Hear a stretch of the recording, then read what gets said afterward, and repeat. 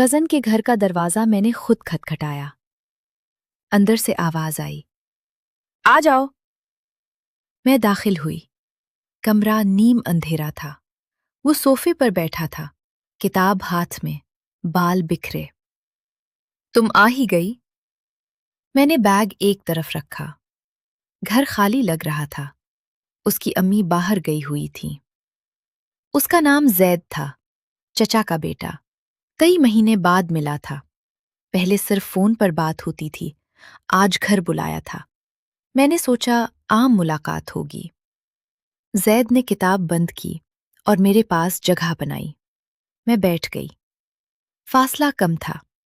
اس نے پانی کا گلاس بڑھایا، ہاتھ چھو گیا۔ میں نے نہیں ہٹایا۔ خاموشی پھیل گئی۔ اس نے میرا ہاتھ پکڑ لیا۔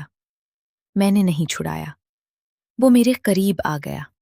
کمرے کی مدھم روشنی میں اس نے میرے بالوں کو چھوا اور میرے ماتھے پر ہونٹ رکھ دیے، ہلکے سے۔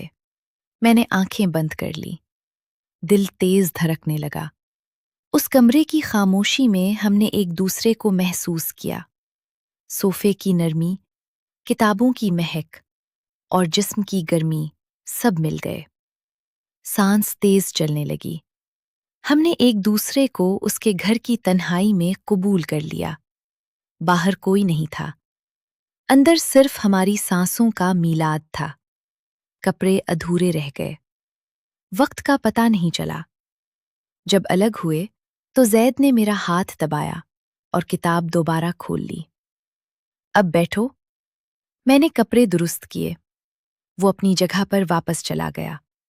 میں نے پانی پیا اور معمول کا چہرہ بنا لیا۔ اگلی ملاقات پھر اسی گھر میں ہوئی۔ اس کی امی پھر باہر تھی۔ غربت بڑھتی گئی۔ شدت گزشتہ بار سے زیادہ ہو گئی۔ سانس بھاری ہونے لگی۔ کئی ہفتے ایسے گزرے، کبھی کتاب کے بہانے، کبھی باتوں کے۔ ہر بار اس کے گھر خالی ہونے پر ملاقات، کبھی صرف لمس، کبھی بوسہ، کبھی مکمل طور پر ایک دوسرے کے قریب ہو جانا۔ میں جانتی تھی یہ کزن ہے، مگر اس کے گھر کی دیواروں نے سب چھپا لیا۔ ایک دن زید نے بتایا کہ وہ اپنے والدین کے ساتھ دوسرے شہر منتقل ہو رہا ہے۔ گھر خالی ہو جائے گا۔ میں نے صرف صوفے کی طرف دیکھا۔ آخری ملاقات اسی کمرے میں ہوئی۔ ہم نے آخری بار ایک دوسرے کو محسوس کیا۔ شدت زیادہ تھی۔ جب الگ ہوئے تو اس نے میرا ہاتھ مضبوطی سے پکڑا اور سر ہلایا۔ ملتے رہیں گے۔ میں نے جواب نہیں دیا، بس بیگ اٹھا کر نکل گئی۔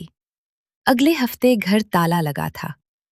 اب میں اس گلی سے نہیں گزرتی، نہ دروازے کی طرف دیکھتی ہوں، نہ یاد کرنے کی کوشش کرتی ہوں۔ بس کبھی کبھار رات کو جب نیند نہیں آتی تو اس کمرے کی مدھم روشنی آنکھوں کے سامنے تیر جاتی ہے، پھر اپنے آپ غائب ہو جاتی ہے۔ میں پلٹ کر دوسری طرف ہو جاتی ہوں اور صبح اٹھ کر نیا دن شروع کر دیتی ہوں۔ کچھ نہیں بچا، نہ قصہ، نہ نشان، نہ کوئی بات، صرف ایک خالی سا احساس جو آہستہ آہستہ ہوا میں مل جاتا ہے۔